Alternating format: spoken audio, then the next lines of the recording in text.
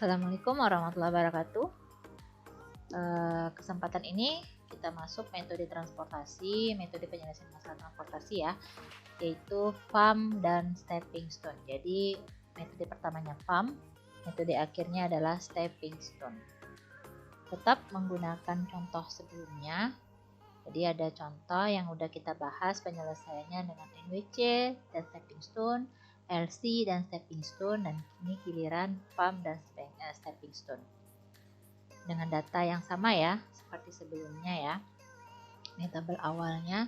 Maka untuk proses pertamanya FAM, ini langkahnya yaitu kita cari selisih. Jadi selisih itu tentu positif hasilnya nanti, yaitu biaya terendah pertama dan kedua. Jadi selisih dari biaya terendah pertama dan kedua per baris serta per kolom.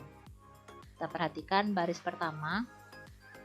Baris pertama selisih biayanya ya, berarti biaya terendah terkecil, yaitu antara 8 dan 5. Selisih antara 8 dan 5 atau selisih antara 5 dan 8 sama ya. Jadi selisih tentu nilai yang besar kurang yang kecil. Sehingga B1 bernilai 3. Kenapa 3? 8 kurang 5, 3 ya. 8 kurang 5, 3. Oke, B2 kita perhatikan. Yang terkecil adalah 15 sama 10, sehingga selisihnya adalah 15 kurang 10, yaitu 5. 15 kurang 10, 5. Baris ketiga dengan cara yang sama, berarti 10 dan 19, maka selisihnya adalah 9. 19 kurang 10 selisih berarti ya, yang besar kurang yang kecil. Begitu juga dengan kolom 1, berarti nilainya berapa? Pengurangannya, selisihnya, yaitu antara 15 sama 20, yaitu 5 selisihnya. Kolom kedua berarti 5 sama 10. 5 sama 10 berarti selisihnya 5. Kolom kedua. Begitu juga kolom ketiga berarti 10 sama 8 selisihnya 2. Nah, dari perhitungan selisih tadi, nih perhitungan selisih ini, cari nilai terbesarnya, yaitu di posisi baris ketiga. Sehingga baris ketiga kita isi dia. Bagaimana cara mengisi baris ketiga? Yang tetap memperhatikan nilai biaya terkecil. Jadi tetap kita perhatikan ya nilai biaya terkecil diantaranya. Berarti di baris ketiga fokus kita adalah di C32. Kenapa C32? Ya karena selnya paling kecil biayanya 10. Oke ya, maka di sel 32 kita isi untuk pertama kali. Berapa kita isi di sini? Tetap memperhatikan logika cara mengisi. Berarti terisilah nilai 50. 50 ya. Sehingga kolom C33 sama C31 itu kena silang. Nggak perlu kita isi lagi. Dengan kita menyilang angka 25 dan angka 19 nggak ikut perhitungan berikutnya. Dengan cara yang sama kita ngulang kembali berapa selisih masing-masing baris dan kolom tadi. Baris 1 kita ulang. Oh, baris 1 selisihnya 3. Boleh juga kita tulis di sini sebagai coret-coretan ya.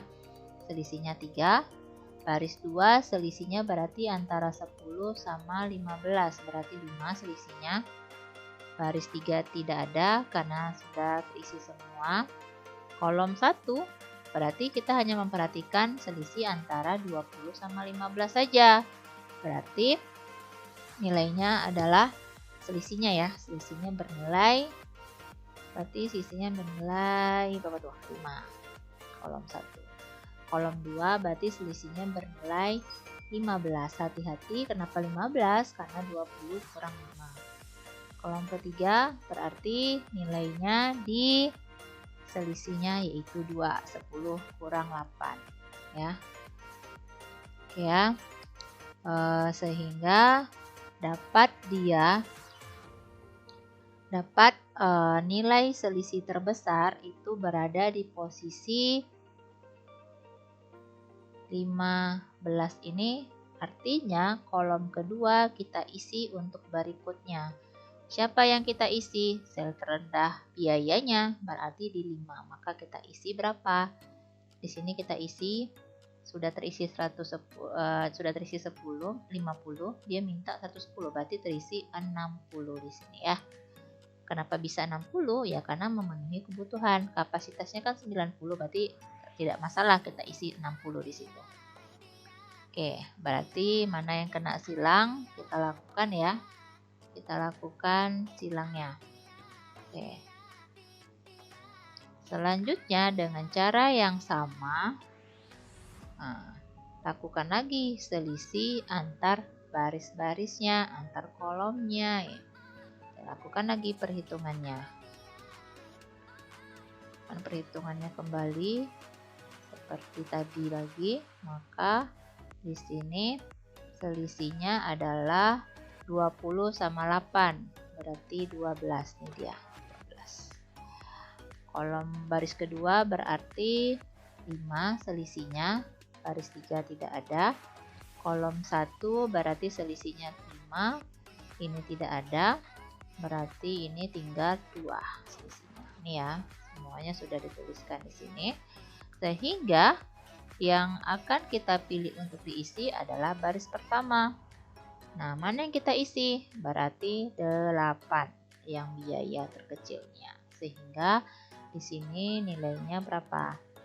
60 sudah terisi, kapasitas 90, maka di sini kita isi angka 30. Ya.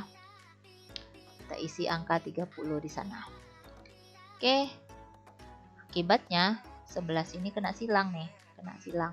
Nah, nggak bisa lagi kita lakukan pengisian, kapasitasnya sudah habis.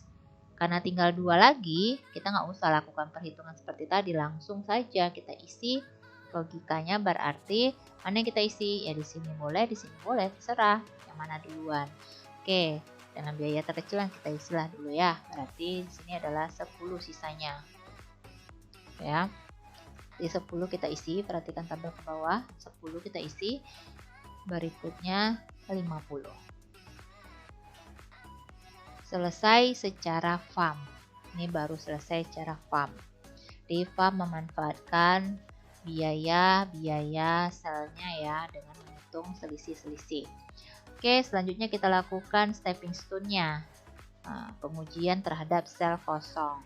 Jadi sel kosong kita ada C11, ada C22, ada C di sini 31 dan terakhir C33. Kita lakukan pengujian selnya ya. Sama seperti sebelumnya ya, jadi Anda pahami kembali sel kosong stepping stone-nya ya. Maka C11 ini ke sel terisi. Kemana? Ke sini larinya. Oke, berarti lanjut ke bawah ke C23, kembali dia mendekati ke C21 dan terakhir ke sini. Sehingga positif, negatif, positif, negatif. Perhitungan selnya berarti 20 kurang 8 tambah 10 kurang 15. Dapatlah 7. Dapat 7 nilai untuk C11. Dengan cara yang sama kita lakukan kembali uji sel kosong untuk C1222 ya. Ini ke atas, ke kanan, ke bawah, dan kembali ke dia. Nah, posisinya positif, negatif, positif, negatif. Berarti C22 20 kurang 5 tambah 8 kurang 10. 20 kurang 5 tambah 8 kurang 10 sama dengan 13. Dengan cara yang sama C31, maka perhitungan C31-nya, pergerakannya terlebih dahulu. C31 ke sel yang terisi ke atas, ke C21 ya.